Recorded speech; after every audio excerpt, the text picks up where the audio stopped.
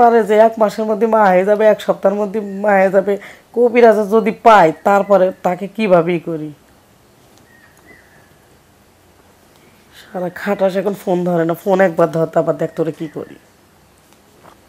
Hello hello. Hello, হ্যাঁ, কে বলছেন? কি আপনি আমার কণ্ঠ শুনে চিনতে পারছেন না আমি কে? আসলে সারা দিন তো ফোন ধরে অনেকভাবে কথাবার্তা বলতে হয় তো, আর কণ্ঠ তো অত চেনা চেনা মানে কি বলবো আর। শোনেন, আমার কণ্ঠ চিনা লাগবে না, তবে একটা কথা বলে রাখি, আপনি যে কিছুদিন আগে গত পরশুদিন রাতে সন্ধ্যার সময় আমাদের বাড়িতে আসছিলেন, মনে আছে আপনার? হ্যাঁ হ্যাঁ, বলুন।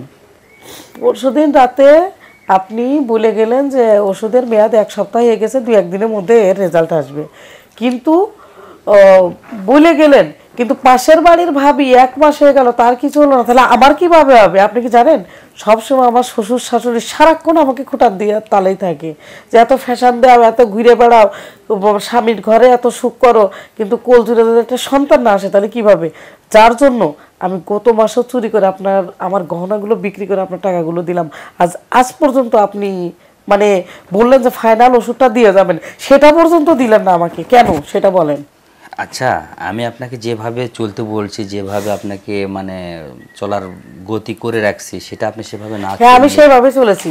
আজ 15 দিন, আপনি বললেন যে 2-1 দিনের মধ্যে রেজাল্ট হয়ে যাবে, আপনি গত 2 দিন আগে বলে গেলেন না আপনি। শুনুন, আমি যে ওষুধটা আপনাকে দিয়েছিলাম সেটা আপনি সবার সামনে আপনি ওষুধটা প্রয়োগ করছেন বা খাইছেন, কথা ঠিক?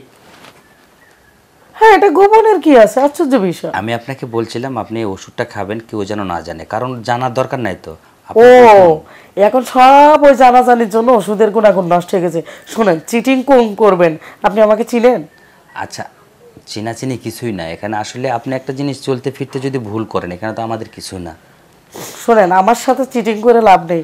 আপনার কবিরাজি কিন্তু আমি ছুটাই ছেড়ে দিব। আমার নাম বললাম আচ্ছা, না, আপনি জানেনই যে আমার নামটা কি। আপনি আমি কিন্তু আমাকে আপনি আমাকে ভুল বোঝেন না, কারণ আমি সবার চিকিৎসা করে আসতেছি, আর আপনি যদি এভাবে কথা বলেন, আচ্ছা আপনি মানে নিজেকে এরকম করে ভাবলে তো আমি কিছু করতে পারবো না। কিছু করতে পারবেন কেন? গত মাসে বলে যে অমুক গ্রাম, অমুক গ্রামের অমুকের বাচ্চা হয়েছে, খোঁজ নিয়ে দেখি তো কিছুই নাই। আপনি তো টোটালি আমার সাথে চিটিং করছেন। না না, আপনি কি ভাবতেছেন আমি বুঝলাম না আসলে। মানে আপনি যে জায়গায় চলতে ফিরতে ভুল করলে তো সেটা দায়ী তো আমি না রে ভাই। আপনাকে তো আমি যেভাবে চলতে বলছি, যেভাবে ওষুধ খাইতে বলছি, আর যেভাবে চলাফেরা করতে বলছি, সেটা তো আপনি করেন নাই।